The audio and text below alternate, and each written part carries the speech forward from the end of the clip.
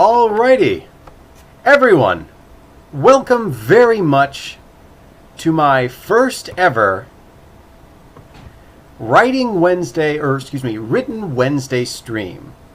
Yes, we're all a little tiny furry thing that lives in the pocket of a giant in tweed who has no neck.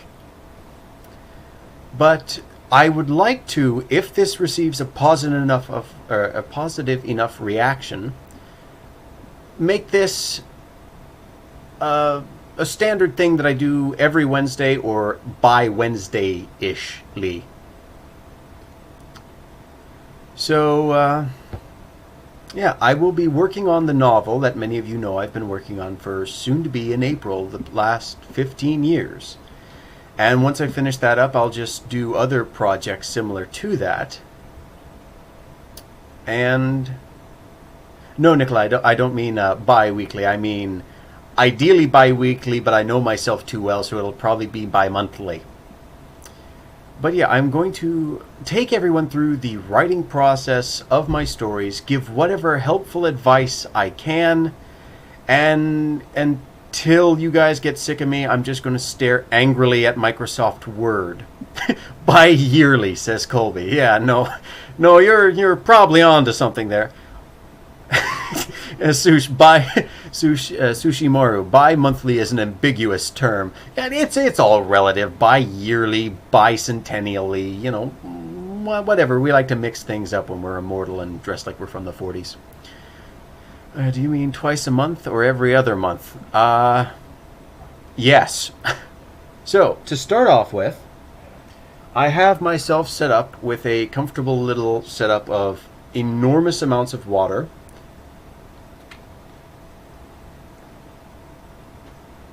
a sweet drink, Coca-Cola Zero, because I'm still dieting. I've lost 53 pounds since the start of that, and I'm happy with that, and Coke Zero has been my saving grace. I don't quite hate myself enough necessary to cut soda out of my life entirely, so Coke Zero is near and dear to my heart.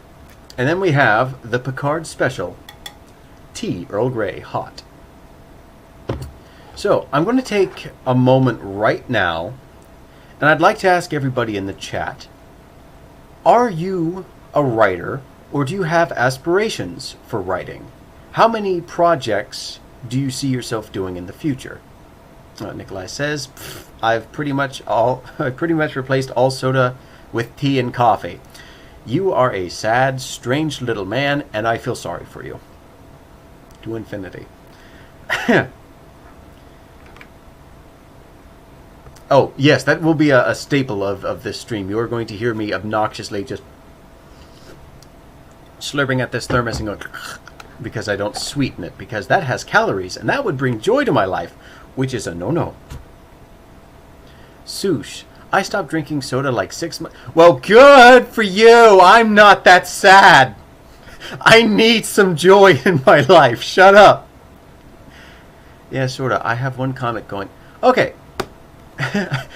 Nikolai, I'm strange. Boy, you know how strange I am. Yeah, I've met you in person. You're like the tiny Richard Simmons version of Gomez Adams. Let that one sink in for a second. But the first thing I like to do when writing is after I let the idea germinate in my head of what I'd like to write, after I do a little bit of word building when the initial infatuation is still there, I move on to practical thinking of what I want to happen in the story. Like, back when I used to write just god-awful Halo fanfictions, which for some reason I still get favorites on. Please, Internet, just let me in obscurity. Let them wither away in the past. They don't need to be remembered. Forget about it. But after, the first thing I started doing is I get ideas in my head. It was like, oh, I want to do a scene where the Spartans and the Marines are in a watercraft going up a river, and sea-dwelling new species of the Covenant come bursting up out of the water and jumping on the boat. And then I also had another thing where it's like, oh, well, I want to have a scene where they're going through like a ford or a plateau or something, where it's just this narrow ravine and they're getting attacked from all sides. But the point being, I'd have ideas for scenes I'd want to write. And I found it helps immensely if you get yourself a normal piece of printer paper. I look like Petbridge Farm. Okay. That's a good one. I'm just going to tuck that one away for later, and I'm going to put that on my next job resume. But you take a normal piece of paper and sit down and write it out with pen and paper, just so you have something tangible there to look at. The scenes you want to do. And as you sit there and you accumulate these scenes, it becomes easier to, on a different side of the paper or just a different corner, write down more, or no, take the scenes you've written and in order, try and fit them together. Like, well, this would lead into this, and this would lead into this, and this would lead into this. And from that point, when you're thinking about it, as you start writing it, and you start doing the little bits to want to fill in between this scene to this scene to this scene, because for me, the hardest thing is to get from one scene to another. It's that filler. As you're writing it, it becomes a much more dynamic process because you have it all written there. You're going to remember what you want. But as you're writing it, you can go, you know what, I think I should take, and I should have the plateau, scene first, and then the river scene. Or I want this scene and then this scene. And I have little sticky notes here. I carry a booklet with me and a little tape recorder. So whenever I have an idea for something, for world building or lore or something I want to write, I'll write it down or I'll record it, and then I'll add it to a sticky note, and I'll just put it on to the page in a way. Yeah, can I even English? Plateau. Yeah, Klaatu Verana Niktu to you as well. And yeah, just from that point, it's much easier to just rearrange things as needed. And if you don't include everything in your first book, that's perfectly all right, because you still have it written down. And if you want to do a sequel or make it a series, then we can lead this over. And from what I've seen in my limited experience online, writers like it when things carry over. Notes are going to be a recurring theme, because if you can see the Microsoft Word window, which I'm hoping, you'll see, you'll see that I write notes underneath what I'm immediately typing. And this is beneficial for you as well. If you're writing, the first thing you want to do is, if you think it's going to be worthy of remembering, if you think that you're going to have to call back to it later, or you're going to need to keep it in mind, write it down. Okay, let me see the chat here. Do you think single books are dead? No, I don't think so. And I don't think anthologies are dead either. It's fun. A lot of the classics you'll see are isolated little things or tiny itty-bitty stories that just stick with person. Brevity is the source of wit, so I've been told, and obviously I'm still learning that because I talk like a machine gun. But having small little tiny bite-sized things helps an audience, I guess, acclimate to you. It allows them to put their foot in the water, so to speak. I have a small story that I've saved that ideally I'd like to do a horror anthology for. And I haven't thought of a name for it yet, so it has just been known as I Am a Reasonable Man. But no, I don't think everything needs to be a multiverse. I think there's still plenty of room for single books. I collect a lot of books. One of my favorites, if I can just reach over here and be grossly unprofessional and give you a humongous view of my bountiful neck meat, is this. Because I adored the movie Galaxy Quest. Oh, horror, you say? Now you've got my attention, says Nikolai. Well, I'll have to send it to you. It's only a page and a half long. We should make a writer's forum called Reader's Diet, says Sush. You are cruel, but I like the way you think. Oh, by the way, if you guys don't like cracking knuckles, sorry for that. That's a bit of a habit of mine. That's going to happen. We will be offering comfort tribbles at the end of the tour. So just hang in there. So, I guess once I stop this ungodly long opening and intro, what I'm going to attempt to do here is write my novel. And feel free to ask questions as needed, but I'm hoping the social pressure of writing in front of people will not only compel me to write more, but it will compel me to write better in a way that does not make me want to cry in a cold shower. So, here's hoping to that. And if comfort tribbles aren't your cup of tea, I have Cesra contractually obligated to serve as a service yinglet and hug everybody until they feel much happier. So, sorry for that, Cesra, but you've been drafted. Alright. One of those two things. It works for me when I can draw, so I'm assuming it can carry over to writing. Yeah, it's the weirdest thing to me. I always thought streaming was a very visual medium. You had to be doing games or art. But I've seen people do like, oh, I'm going to live compose music. And it's just a couple hours of and like listening to a headphone as he like rearranges stuff in LMNS. And apparently writing's one of them, and so far everybody on DeviantArt and some of the other places I frequent have been receptive to the idea of, you know what, let's do it. Let's watch someone type.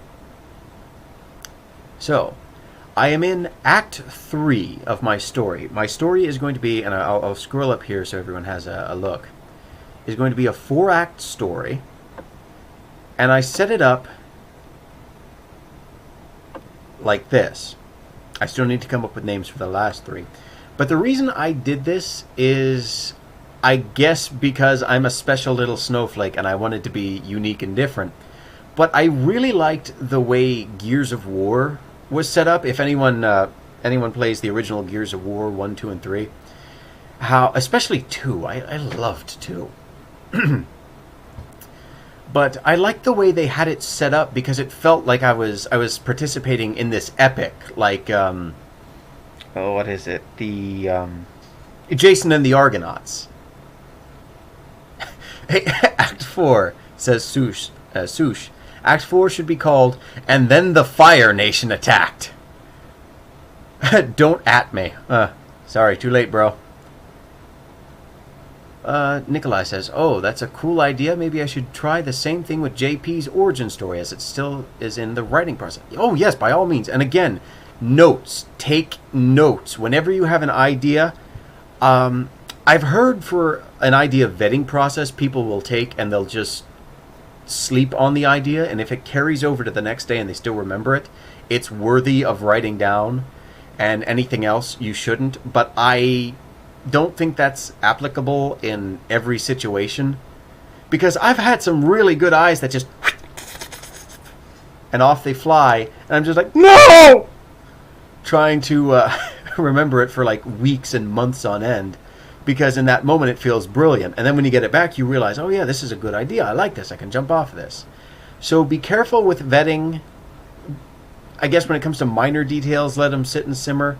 But if you have something clear in your head that you want to write or you think it sounds good, write it down on a piece of paper. So right now, yes, we are on Act 3, Scene 11, The Great Engine's Perch. What's happened so far in my little novel is a captain who has recently suffered the crippling loss of his crew has recently been given command of a new stellar vehicle, because in my universe they say stellar vehicles. It's supposed to be an alien world, so they don't like human, as they call it, slang. So they'll say things in very arbitrary ways. They don't like milk or cheese because you're drinking the lactic or ovary discharge of animals? How strange.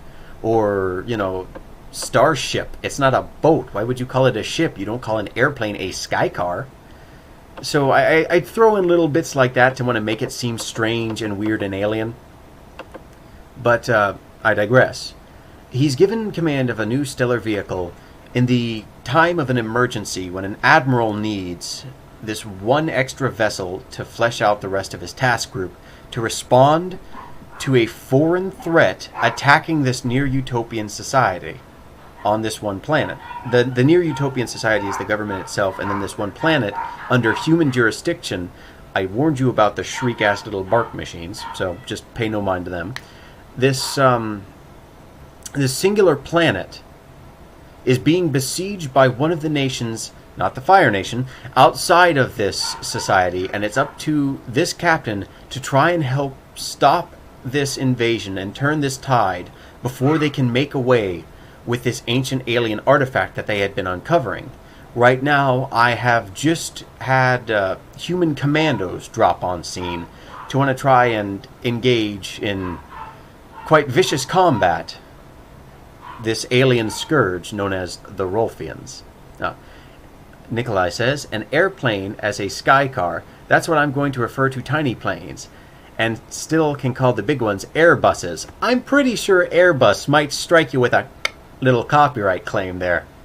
So, commandos are on scene, alien special forces are on scene, and big alien lizard terrorists with abundant neck jowls are running around just causing all sorts of trouble. And Space Trump isn't around to build a wall to keep them out. So, let's dive right into this. Need one of them good old-fashioned space walls. Alright. Platvon quickly adjusted her grip on the helpless, plum-colored fellow, hoisting him up in front of herself as the others fell almost instantly around her. Oh, by the way, I have an immense lung capacity, so some of my sentences, since I write how I talk, are rather long. This is where abusing my editor comes into play, so hopefully they don't black out. This wasn't supposed to happen. The games weren't supposed to end yet, not before she could learn how to best them. This could not be the end, not while her desires cried out with ambitions to stab into the heart of the Commonwealth. In rage and frustration, as her senses grew more alert, the scorned malefactress pulled her laser weapon from her belt and sprayed across the hillside in desperation. Shaken from their surprise and inspired by her example, the remaining invaders would quickly collect themselves and turn their weapons towards anything they thought might yield a foe. Smoke and steam, followed by clumps of dirt, flew upwards into the air for only a few seconds before... Let's get groovy.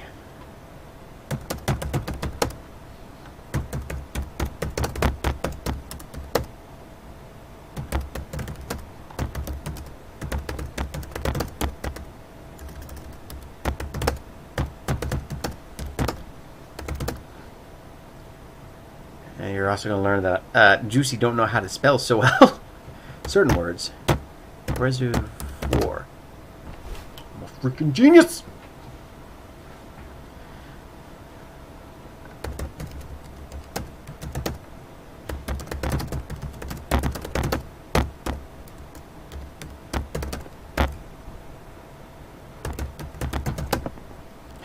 Anger constipated juicy glare activate. Oh yes. According to Hedge, whenever I do any artistic product, I stare at it angrily. I didn't think so. I guess I just have like a resting Thanos face where everything's just like... Alright.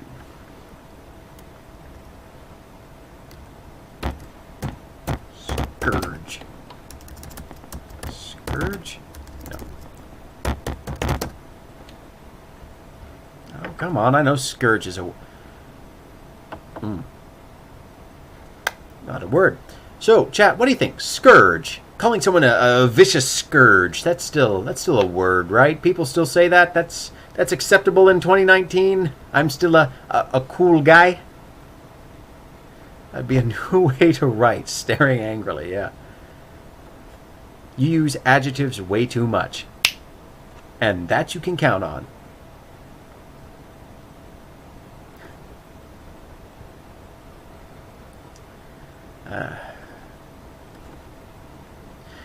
No, I don't think Scourge would work if we're talking about many of them.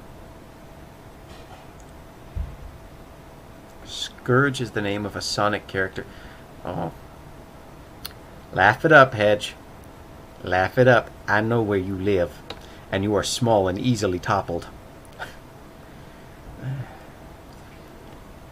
And I use hulking way too much in this.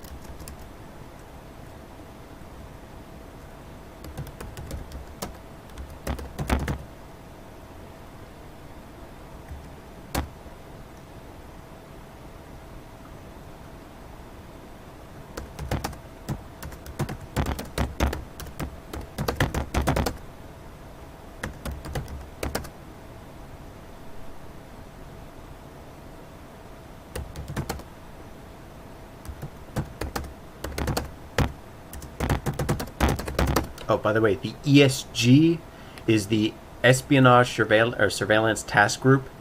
They are, the Espionage and Surveillance Group. They are the secret service of my utopian society here. So you're going to be seeing UCASC, which is the United Cultural Acceptance Species Commonwealth, which is the utopian empire of this story. There is the ESG, which is the UCASC's Special Forces. There is the ECC, which is the Humans Government. So these are going to be words you're going to see thrown around here. If you don't know what they are, or if you want clarification on anything, just ask me. This is a utopian world, not a... Yes, it is a near-utopian society, which is punctuated by voice cracks. Thank you very much.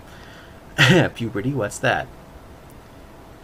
Yeah, it's a near utopian society, and I say near because I don't believe anyone can ever be properly utopian, because there's so much doom and gloom and mindless misery on TV nowadays that you gotta just shake it up a little bit.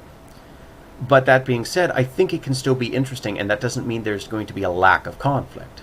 It just means they have to come from external sources, because if you're going to write something utopian, the first fundamental cornerstone of that I think you need to learn is that if you are truly free, if it is a society that values freedom and is just and moral and respects people on an individual level, the first thing you're going to need is the freedom to say, no thanks, I pass. And without that, you've got a very nicely furnished cage, but it's still imprisonment. So there's going to be little tiny pockets of things out there and other empires and everything. It's a game on a very broad swath of the universe.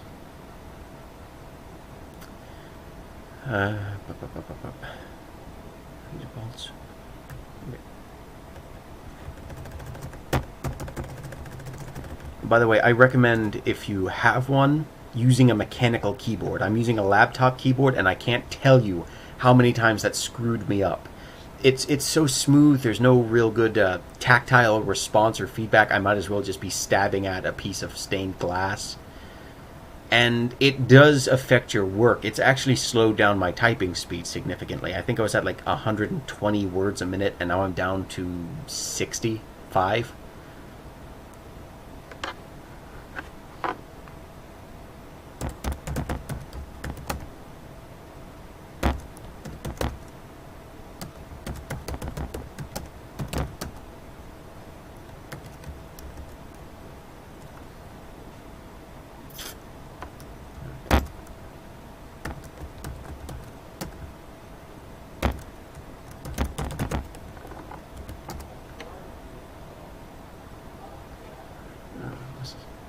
No, like if a person hasn't heard the abbreviation, they will not know what it is. I assume it's said earlier in the story, though. Yes, it is. Okay, laser bolts, which wildly flew past. And I do this a lot. I go back and I reread everything. The more fluid you can keep a narration in your head, the better. I'm going to stop my recording now in OBS, and I'm going to try and check back here a little bit once we've made some progress, so I don't feel like I'm filling up the space of my computer too badly. So break, and we'll come back in just a minute. So, in the hour and a half that I've been filming here, or I've been streaming, we've got a little bit done, not a whole bunch. What's this? I apologize if at times I've not been attentive as I wish. I have company over as well. Oh, no, no, no, no, no, no, no, no, no. You don't need to apologize at all, Cesra. I'm just flattered that you came here. It means the world to me that you made the time. With the fact you were busy, my goodness, if you were having people... If you were having people come over to want to entertain his desks, let me just close out that Skype call. If you're having people come over, I totally understand if you just tell me to take a long walk off a short cliff. The fact you're here, that means the world to me. So no, there's no sorries whatsoever. There's only smiles. I appreciate it. But at the end of this, what do you say? We got about 2.5 paragraphs done in the time we've been working. It's slow, but that's basically my day of writing, and I'll put like an hour. Well, no, I'll put an entire day of working this in, and take like an hour off to want to break. And usually I'll close out chat programs. But hopefully we've learned some lessons here. Try and cut out unnecessary words when you can. Like go over a sentence multiple times to keep it as direct as possible, so you don't throw off your own pacing. And take notes. Write down your ideas. Organize them into a basic script, and you can work from there. Writing is going to be a dynamic process, but you don't want to forget what you're writing before you get done with it. Because believe me, most novels, except for those strange machine people who write them in a week, take quite a long time to want to do. So, from the bottom of my heart, from my mind to yours, stay creative, and I'm very happy that you came here. Thank you for joining me for this writing stream, and since you all seem to have liked it, if your schedules are clear, God willing, I'll do this again for a next Written Wednesday. Thank you so much. Stay groovy, everybody. Thanks.